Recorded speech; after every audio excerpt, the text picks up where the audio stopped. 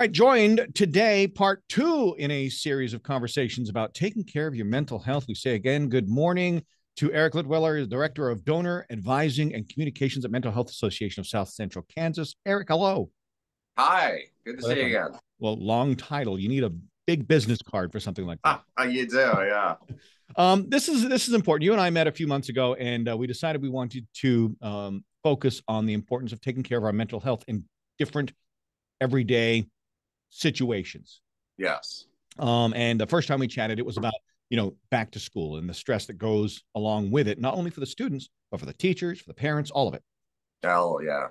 Now, with Halloween behind us, it seems like overnight the holiday commercials have just blasted, and everything's now turning toward Christmas and Hanukkah and Thanksgiving and all of that. So we're ratcheting up that stress and anxiety of the expectation of hosting, of visiting, interacting with people maybe you only see a few times a year, and that can be really difficult. Yeah. It absolutely can. People put so much pressure on themselves and everything has to be perfect. And oh, they're coming to my house and I have to be the perfect hostess and the house has to be spotless. And ultimately, I mean, we're going to talk about a lot of different things today, but I think really the biggest one is just having realistic expectations for yourself. We're human beings. We live in our homes. We're not all, 4-star Michelin chefs or whatever the number of stars are. We Right. have to have realistic, and that's the thing I think with a lot of this holiday stress discussion. Like I said, we're going to talk about a number of things, but at the end of the day, these are all, it seems like they're all easier said than done. Yeah. I can sit here all day and say have realistic expectations. I can sit here all day and say give yourself grace, et cetera, et cetera. But these are all easier said than done. But hopefully, if we're at least thinking about these tips, if we're reminding ourselves, maybe we'll realize the right thing at the right moment to just allow ourselves to be okay for a little bit. Expectations are going to be such a key word to this whole Yeah. discussion moving forward. So we're going to get into that. Now, do you remember the first time you met your wife's family? And were there any particular moments that stood out that were kind of stressful? I'm going to put you on the spot before we go any further. Yes, you are. Um, yeah, I think I recall the first time I at least met her parents. Yeah. Okay. And no, nothing stands out at it being incredibly overly awkward. Everything kind of seemed like it just fell into place. Well, I wouldn't say that. I mean, you know, you don't have to give me specifics. I'm not looking for you to name names, but I mean, no. we can agree that We, it was probably pretty uncomfortable. it was difficult. Whenever you meet a new person or see someone that you haven't seen for a while, you kind of have to reacclimate yourself to what topics do they enjoy or what topics should we avoid. Maybe is more important even. And just kind of a general feel of how do we let them talk and just kind of sit back, and if they want our point of view, they'll ask for it. Do we interject? So there's a lot of different kind of social cues to think about in those situations. Absolutely. Certainly. And you're getting together with these people you've just first met, or maybe it's relatives you haven't seen but only a couple times throughout the year. Let's talk about those topics. Yeah. If someone is insistent on interweaving the two big no-nos, Right. politics and religion, Uh-huh. how do you navigate that? How do you can you set a specific boundary even though they keep on wanting to go there? And if they keep on wanting to go there, what's the next step? How do you handle it? In a lot of the families that I have had discussions with over the last few years regarding this topic, a lot of it has centered around the host or hostess, or I should say, kind of the I'll use the term matriarch or patriarch, kind of setting those boundaries. Okay. Now, not all of the overriding relatives, the mom and dads, the grandparents, they're not always comfortable setting those boundaries. Hey, yes, you're at my house, or yes, you are my daughter, but I don't feel comfortable enforcing those rules with them. That's their prerogative. But I do think there is a little bit of a kind of a social requirement that somebody does need to set the boundaries, whether it's the hostess or the matriarch.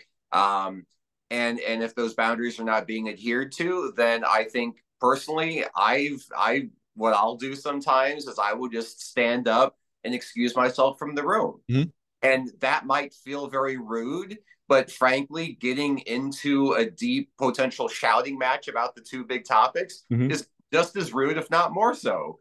So I would rather fake a telephone call and excuse myself to the bedroom or the bathroom for 10 minutes rather than end up in a shouting match in the middle of a family that I hardly ever see. First of all, you make me seem validated. I feel seen because I've done that in both instances. One, I have set boundaries. People know if they Yeah, come to my house, we're not going to talk about it. You know, right. so come have a good time. We're all here, different viewpoints. Focus on having a good time. Leave that stuff outside. Yeah, Secondly, I've excused myself yeah. at family gatherings when and it's gotten heated for not really terribly big reasons, whether they're being uber competitive around a game of cards or something, and it's just too much for me. And the noise level is just you just excuse yourself. Pro tip: Yeah. I learned this a long time ago, like cocktail parties and stuff. If you've got a glass and you want to get away from this conversation, Uh, you hide a quarter or a nickel inside between your two fingers, and when you go to take a sip, you clink the glass with the coin, and you pretend like you chipped your tooth, and then you dip out, and like nobody. So I look, love I've that. tried it; it actually works. So See, I thought you were going to say just down your drink really quick, and then you have an excuse to go ask for to go get a refill. well, you could do that too, but me, I go for the dramatic. So I like it. That's nice, JJ. um, one thing I have tried to do over the years when meeting new people is try to avoid leading with the question, "What do you do for work?"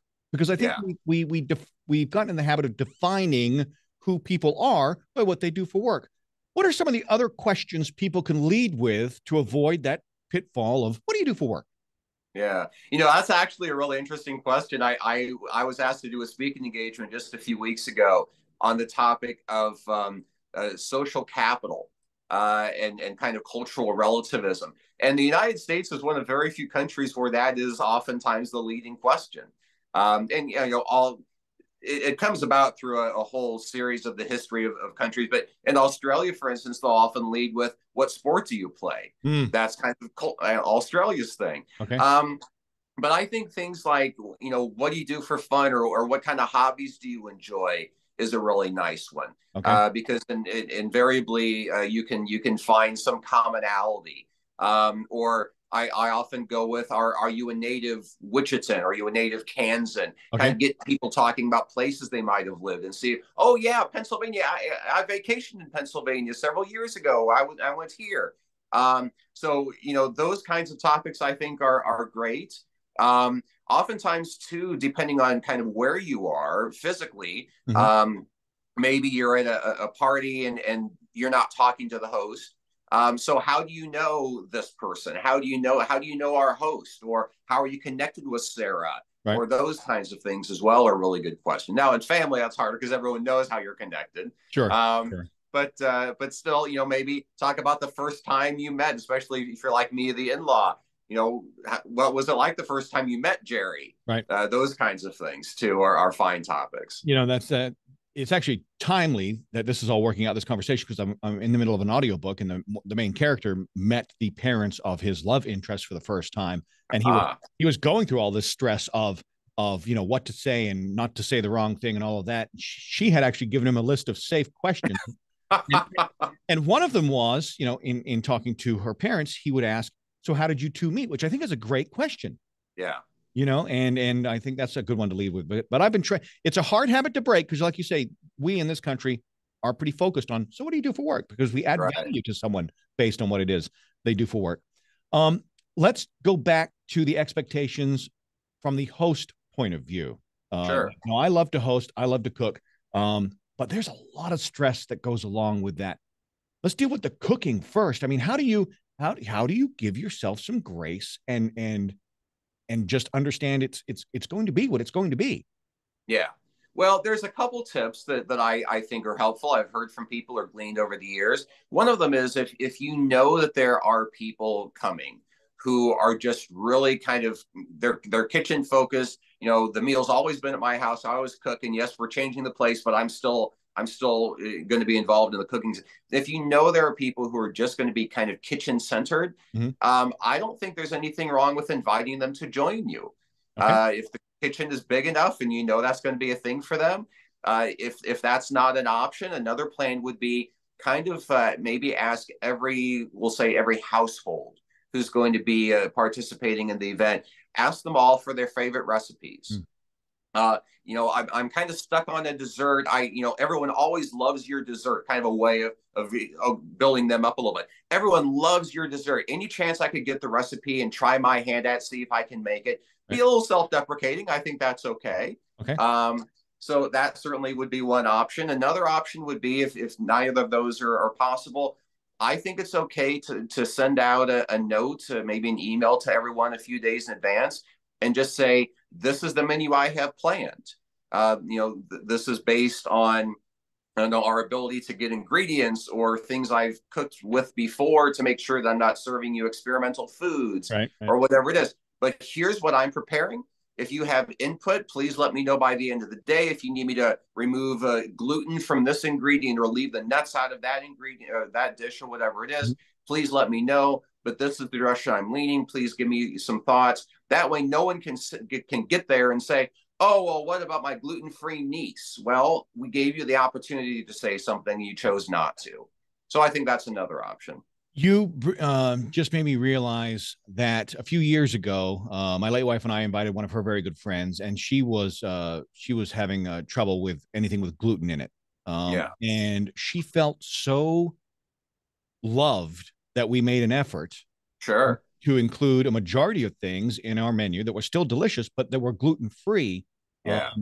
Food like that I've learned over the years can really, I mean, we know you hear the expression cooking with love and things like that, but it can really bridge gaps. I've never been so nervous as I was last Thanksgiving when I had to cook for the first time at my wife's parents' house up in Indiana. Oh, yeah. I was voluntold that I'm going to be the guy.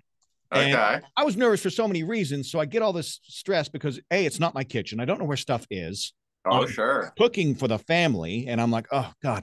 And there's one member of my wife's family, her niece, who she struggles with some ADHD and she's pretty unfiltered. Okay. Great gal, and she's found some focus in weightlifting and working out, but she's a bit unfiltered at times. And she told me right out when she found out I was cooking, she said, I'm not going to eat. I'm not going to eat anything you cook. I'm like, okay, okay. So Thanksgiving got a little closer. And she says, do you have a recipe for cheesy potatoes? And I didn't, but the internet does. So I looked it up. And not only did it bridge the gap between us in our relationship, because we were still very new as far as our getting acquainted, not only did it bridge that gap between the two of us, but she had 3 helpings. She ate the rest Nice. of my food. And then for her birthday, she asked her mom to reach out to me to get the recipe for it. So Oh, wow. yeah, so I think those extra touches you talk about, including your guests, letting them know what's on the menu, asking them for input. All of those things go a long way to adding to that overwhelming feeling of your guests feeling at home and cared for, right? I absolutely think so. Yeah, food is a big part of these gatherings, especially Thanksgiving or Christmas. Those are the two big food holidays, so we know that's going to be a factor. And thinking of ways to plan and build that into the get-togethers is really important. Absolutely. How important is body language when it comes to just interacting with friends, family, even complete strangers? Can body language really kind of derail certain gatherings? It can, they say all of these kind of kinesthetic studies that have been done, and the actual words you say, I've heard usually are only about 6% of the total communication you're doing. A lot of it's tone and volume and body language. So it is really important, and it's hard, to have a conversation with 13 people in your living room all at the same time, especially when there's 4 different topics of conversation going Yes. on at the same time. Yes. Um, it's hard to know how to handle those situations because you're always trying to figure out like, well, maybe this is my wife's dad, and so I really need to make sure that I'm paying more attention to him. And Mhm. so you tend to kind of rotate your body and you lean forward a little bit more. Maybe you're using a little more hand gestures than you normally would to really demonstrate that you're engaging, but then 3 other people are in the same room trying to have different conversations with you, and you don't want anyone of your wife's family to feel ignored, Right. and or like, oh well, he doesn't care about us, he only cares about Jerry. Yep. um, So that definitely is difficult, and I think what I've always found really important to do is always find an opportunity to have the conversations. It's not going to be at the same time. Maybe, over breakfast you're really making a point of talking to person number one, and then maybe while you're cleaning up, you call person number two in to ask them a question, and they kind of hang out and you start talking. And so over the course of the party, over the course of the weekend, whatever it is, finding an opportunity to talk to all of those folks and really use that body language to engage in each one of those conversations in a way that you can't do when there's 22 Right. people gathered in the same room. Right. Exactly. When it comes to eating, drinking, church, is it okay to say no? Is it okay? And by that I mean, you might feel obligated to go back for seconds or thirds because you think your host worked so hard on the food, or everyone else is having a couple of extra beers, so you feel like, oh, to fit in, maybe I should too. Or you're not really a church goer, but the family is. They ask you to come to church. Is it okay? Is in those situations, is it okay to say no? It absolutely is okay. That setting personal boundaries is one of the biggest tips, and it not just related to this, but a number of other issues as well. Setting personal boundaries is really important, and I think in that situation, it's important to have tried to do that in advance. So again, I keep going back to meeting a spouse's or significant other's family, and I know that's not the only way this works. But if you're going with another person, let's just say you're kind of the guest of another person, maybe letting them know in advance. Not, I wouldn't say asking for an itinerary per se, Sure. but getting some idea of what things are happening when, under the pretense of I need to kind of plan because I have to jump on this call at 2 o'clock, or I have to run out to go check on the livestock or whatever it is. So kind of setting boundaries in advance, letting people know what you're comfortable with and what you're not. And I think more and more, although we're still a long ways from where we need to be, I think people understand that when somebody says, no, I don't want another beer, there's no need to ask why that is. Right. A lot of people still will, don't get me wrong, Sure. but I think more and more people are realizing I don't need to ask why. It's none of my business. If he doesn't want another beer, there's a reason for that. Or he doesn't want, like, I don't drink, period. I've never had alcohol in my life. Okay. And there are people in my life who struggled with that. Not so much anymore. It's not an issue. Right. Sometimes they'll ask, well, do you mind if I have a beer? Knock yourself out. Yep. Help yourself. Yep. Get drunk. I don't care. I just choose not to do it myself. Because the great part is when you're the sober person in the room, you can video everything. There you go. So yeah, I do think it's okay to say no. I think it's fine to set boundaries. I think we have to accept going in that if we were not able to set those expectations ahead of time, or even if we were able to, there's still going to be people who have issues with that. So don't expect to say no and just be able to escape scot-free. There are going to be people who push back. That's the nature of family gatherings. But if you're strong in your convictions, which you have every right to be, it's perfectly okay to say no. It might feel a little uncomfortable, but hopefully, if you're spending the same holidays with the same people year after year after year, they're going to kind of get used to and understand he's not going to go to church with us on Sunday morning. Right. They might still give you the option every time, but they're not going to push back after a few years when you say no. Yeah, you're never having a drop of alcohol. I grew up. My best friend of 45 plus years is the same as well. Yeah. And I respect that. And it's changed the way I approach. Let's say friends and neighbors. We're out cutting the grass, and you see your neighbor, and you're like, "Hey, you want a beer?"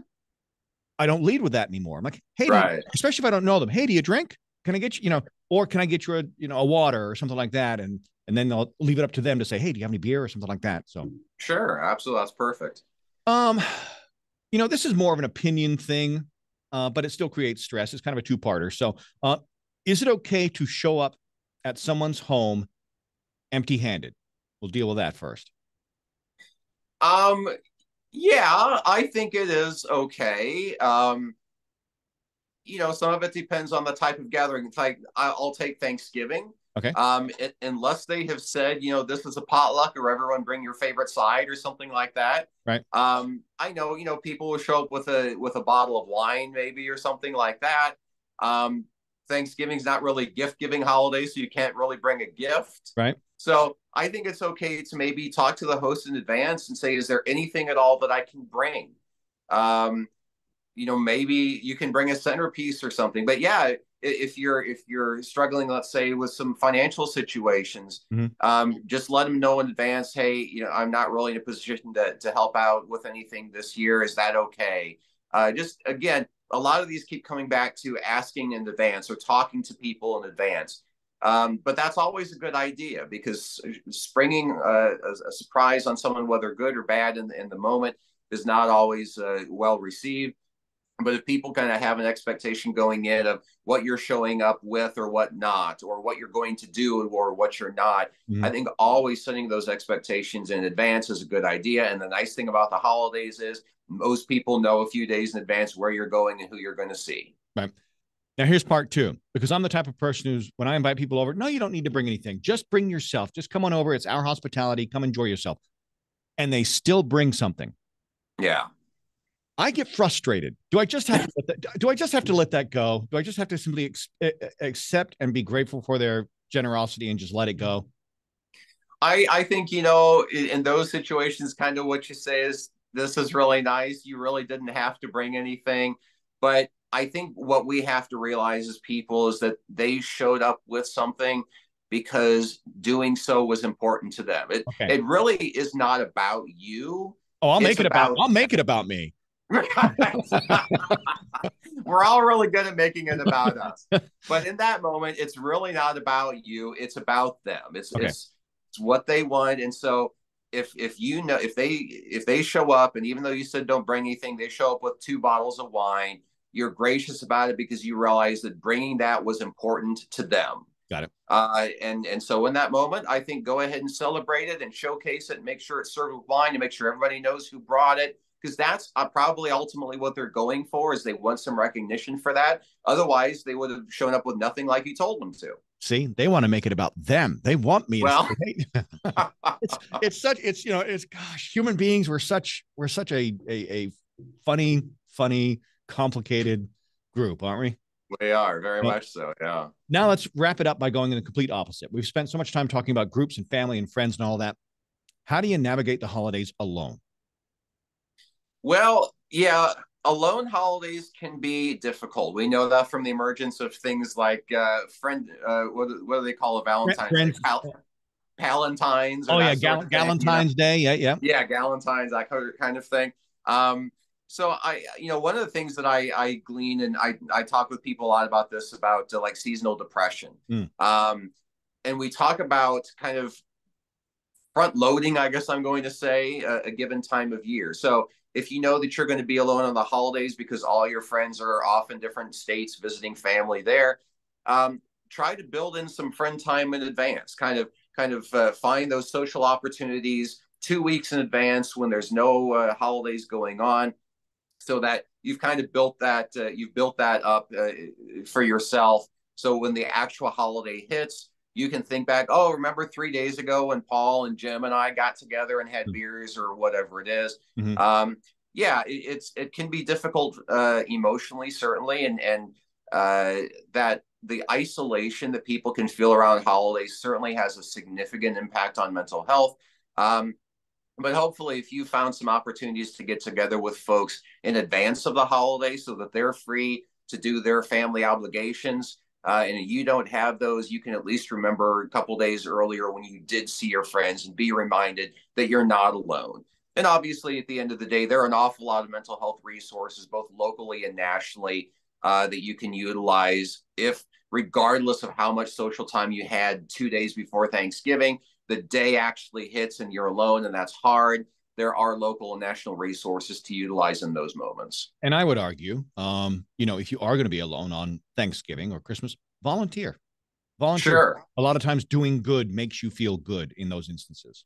Absolutely. People, places like, soup kitchens and that sort Yep. of thing, they get a lot of volunteers around the holidays. Yep. And so I think it's great to volunteer. There's only so many opportunities. And if a lot of people are doing that around Thanksgiving or Christmas, it may be hard to find. But you know what? Volunteer all year round. Yeah. It's not just for holidays, folks. 100%. And Yeah. I will put in a quick plug for Ringing Bells for the Salvation Army. I'm getting ready to start that, and I encourage you to do that if you're looking for something to do. Anyway, we've covered a lot, Eric, and I appreciate all of your advice. I want to look ahead and tease episode 3, we'll call it, which will come up early December. We will be in the throes of shopping for Christmas. Yes. We're going to deal with shopping addiction. Fantastic. So that'll be episode 3 coming up early December. But Eric Litwiller, Director of Donor Advising and Communications, Mental Health Association of South Central Kansas. Real quickly, website if people want to find out more about everything you do. Yeah, MHASCK.org stands for Mental Health Association of South Central Kansas. MHASCK.org. Eric, thanks so much for your time. I appreciate you. Thanks, JJ.